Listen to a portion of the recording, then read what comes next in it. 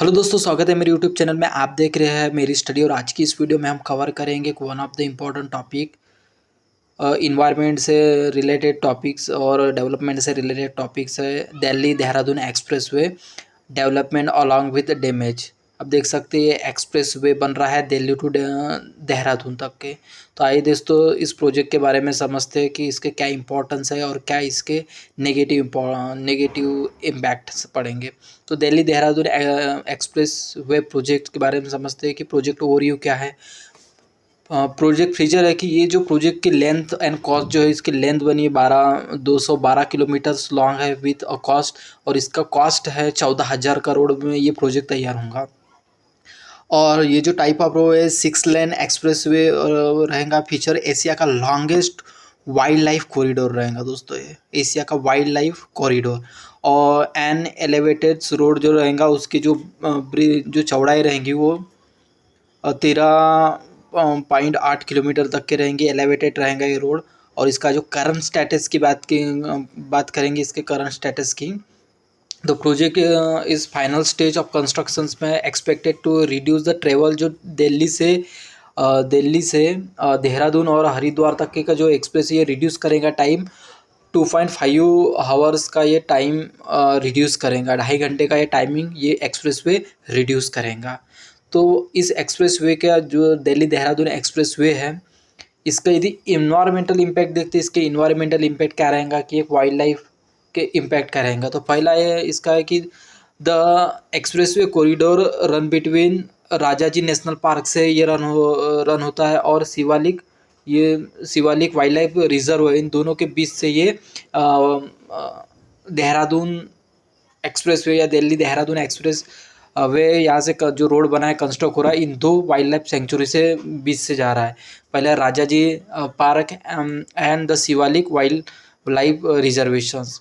और ये क्या होगा कि डेली ट्रैफिक अप्रॉक्सीमेटली रहता है कि 35,000 व्हीकल्स यहाँ से गुजरते। और यहाँ पे जो कैमरे लगे हैं, यहाँ पे 80,000 camera traps were install in study wildlife movements के ऊपर में स्टडी करने के लिए लगा है। और 40 से 50 डिफरेंट यहाँ पे इन वाइल्ड लाइफ सेंचुरी में स्पीसीज देखने को मिलती है। तो इस एक्सप्रेसवे से ये भी डिस्टर्ब हो सकते हैं वहाँ की इकोलॉजी, वहाँ की जो बायोडाइवर्सिटीज़ है।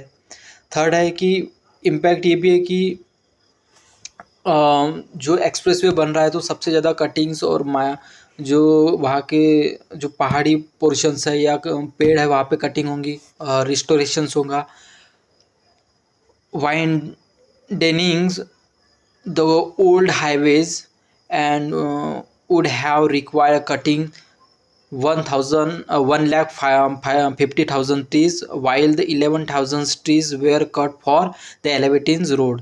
तो इतने जो पेड़ है दोस्तों 1,50,000 से लेके 11,000 ट्रीज तक यहाँ पे कट किए जाएंगे उसके एलिवेटेड रोड बनाने के लिए, बड़ा करने के लिए।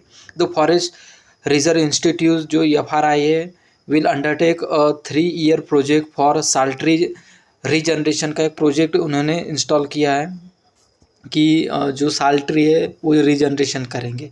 अब क्लाइमेट एंड इकोलॉजिकल इम्पैक्ट क्या है इसके। क्लाइमेट और इकोलॉजिकल इम्पैक्ट है कि कॉन्सर्व और environmental damage and the climate impact due to the cutting the Shivalik range and disturbing the tributaries of the Ganges and affecting local hydrology and wildlife corridor. ये तो इसका इम्पैक्ट दिखेगा ही दोस्तों। तो ये शिवालिक रेंज भी इम्पैक्ट होंगी और जो डिस्टर्ब होंगी जो ट्रिब्यूटरीज है गंगा की, और जो अफेक्टिंग लोकल हाइड्रोलॉजी और वाइल्ड कॉरिडोर यहाँ से इम्पैक्ट होगा इस कॉरिडोर से। तो इसके ये क्लाइमेट इकोलॉजिकल इम्पैक्ट है। इसके सोशल एंड इकोनॉमिकल इम्पैक्ट क्या है, तो इससे क्या होगा कि जो 2.5 किलोमीटर जो हावर्स है 2.5 जो हावर्स है ये रिड्यूस होगा। तो इसके कारण टूरिज़म्स और ट्रांसपोर्टेशंस बढ़ेगा, इम्प्रूव होंगी, उसकी कनेक्टिविटी अच्छी होंगी, यहाँ से कनेक्टिविटी इसकी इम्प्रूवमेंट होंगी और travel between Delhi to Dehradun and more convenience होगा, अच्छी रोड बनेगी। तो यहाँ पे जो लगने वाला समय है तो वो कम लगेगा। तो यहाँ पे इंक्रीज जो होगा टूरिस्ट जो यहाँ पे इंक्रीज होगा and weekend and spacious occasions में और ज़्यादा यहाँ पे टूरिस्ट देखने को मिलेगा, जिससे लोकल जो टूरिज्म है और उसको बढ़ोतरी मिलेंगी। और लोकल इफ़ेक्ट क्या है इसके। लोकल इफेक्ट है कि कॉन्सर्न दैट देहरादून में भी become integrated into Delhi NCR region and leading to increased congestions and pressures on the local resources.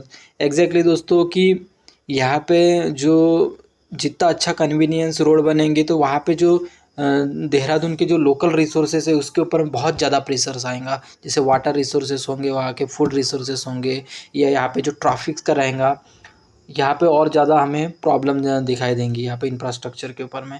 Challenge and concerns क्या है इसके challenge?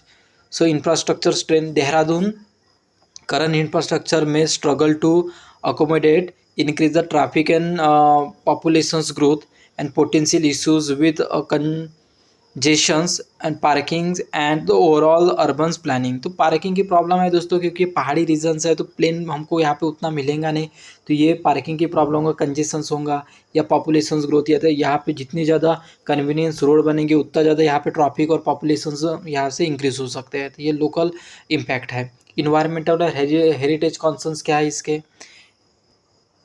Heritage, the potential negative effect on the local environment के ऊपर इसका होगा, क्योंकि वहाँ के जो रिसोर्सेज रहेंगे और ज़्यादा यहाँ पे यूटिलाइज होंगे एंड हेरिटेज साइट के।